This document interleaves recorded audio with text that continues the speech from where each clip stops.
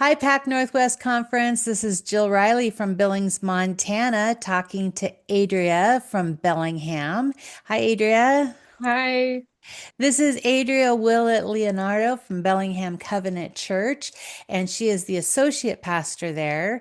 And a few weeks ago, or maybe a couple of months ago, we asked our churches to start sending us their newsletters so we could just learn more about day to day what was happening. And one of the things that came across our radar was a youth project that Bellingham Covenant did. And so I've been talking with Adria a little bit about it, and I'm going to have her share some. But kind of the impetus of this project or the origin of this project started with a Mission Catalyst Fund that was already in existence. So tell me a little bit about that. It's a miracle. The church, I think about 5 years ago, decided they were going to do a last push to pay off the mortgage of the building. And the miracle is more money than they needed came in. As they're starting to see these extra funds come in, they made the faithful and I think amazing decision to set that aside for missions. And decided, though, that it wouldn't be just sent away, given away, but it could be a seed fund to encourage our church to go outside its walls. So to go to look at the needs in the community and not just, again, be sending money at problems, but to be in relationship with people. So, for example, and then people fill out an application, and there's a team that reviews those applications and decides whether they kind of fit the ethos of the original purpose. So, for example, just a small one is there is a group of people who use our commercial kitchen at the church who cook meals, and they take it to a tiny home village that is for homeless that are older or have medical conditions, and they live there for a couple of months until they can get stabilized. They rely on outside organizations to bring meals in. And so we just pay the groceries for that, and then they do the rest. So it's a small amount, but it puts them in relationship with some people in need in our community. And so that That's was the fund that was already there. But not a lot of people have used it. We were, as a committee, as the Mission Catalyst team, was like, how do we help people know about this and yeah. use it?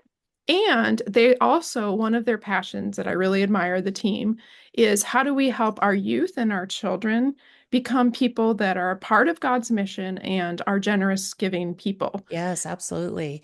So then you and youth pastor Jeff Gruska put your heads together and came Mhm. up with what? So we came up with this idea. Jeff already does every year a month focus on missions and mission of every kind, mission globally, mission locally, all of God's mission. And so he had different people come in and share their stories with the youth group and how they got into whatever God's calling is on their life. And he called it living a life of purpose and joining God and God's work in the world. So we decided we would give the church or give the youth, any of the youth who wanted to participate, give them $100 of this Mission Catalyst Fund. And what basically they asked them to choose where we're going to use it. So Wow. we told them about it at the beginning of the month of that mission month focus.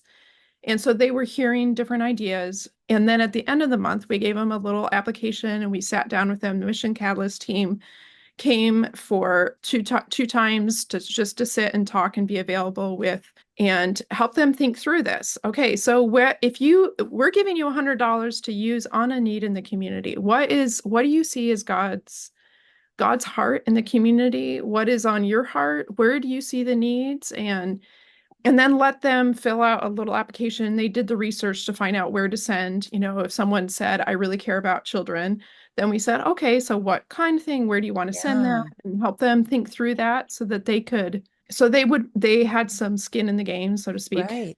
Well, Um, as I'm listening to you talk, I'm thinking that takes some trust and it's some risk on the part of the church, right? mhm.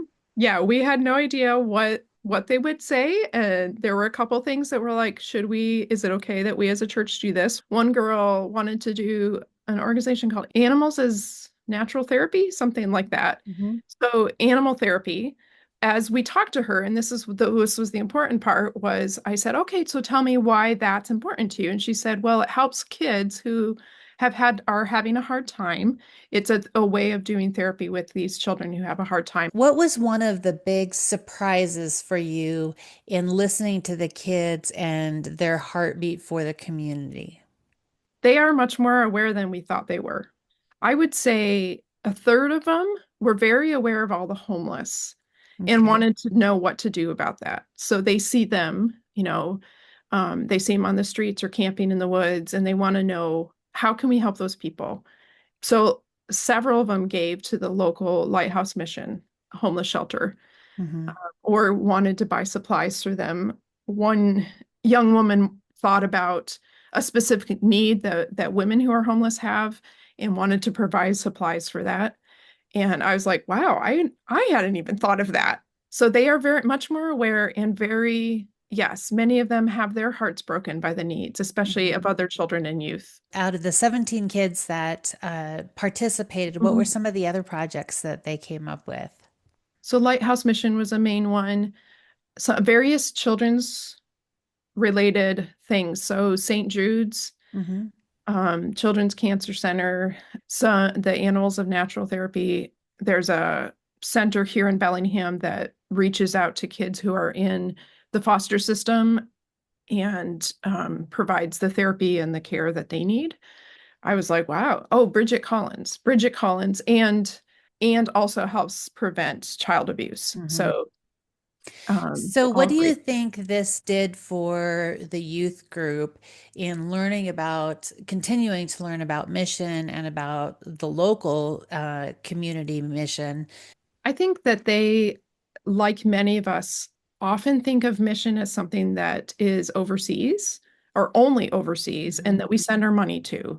I think it's dangerous as a professional class that we are paying someone else to do the mission. Hmm. And for them, I think it was a realization that mission means helping the person in my community who's hurting, as Right. well as sending our money to support global personnel. Adria, So is there yeah. one moment that kind of jumps out at you where you personally went, aha, this is why we're doing this?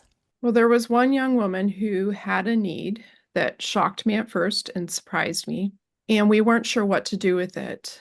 And I realized that understanding the motivation of why she was asking was really important. And as I listened to it, I was really aware of how aware she is of the needs in the community.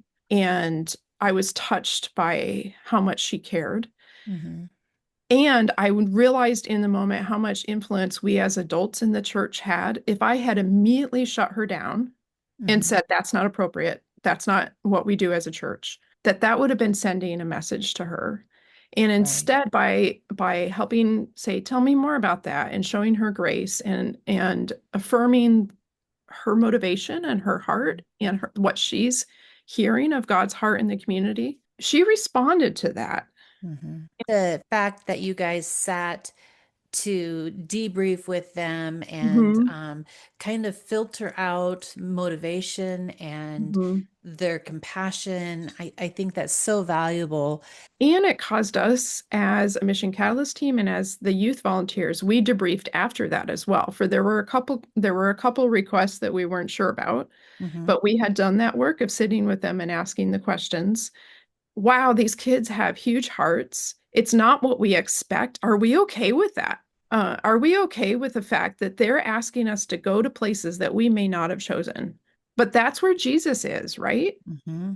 And are Yeah. we going to immediately quench the movement of the Spirit? Or are we going to show grace and be willing to walk with these teenagers into those places that we may not have chosen to go ourselves? I just want to thank you and Jeff and the Mhm. church for Mhm. leaning into that whisper of the Holy Spirit, allowing youth the freedom and autonomy to let the Holy Spirit speak to them Mhm. and work through them as you have enabled them. Well, Adria, thank you so much for your time. I really appreciate it. And thank you, Jill, for all you do.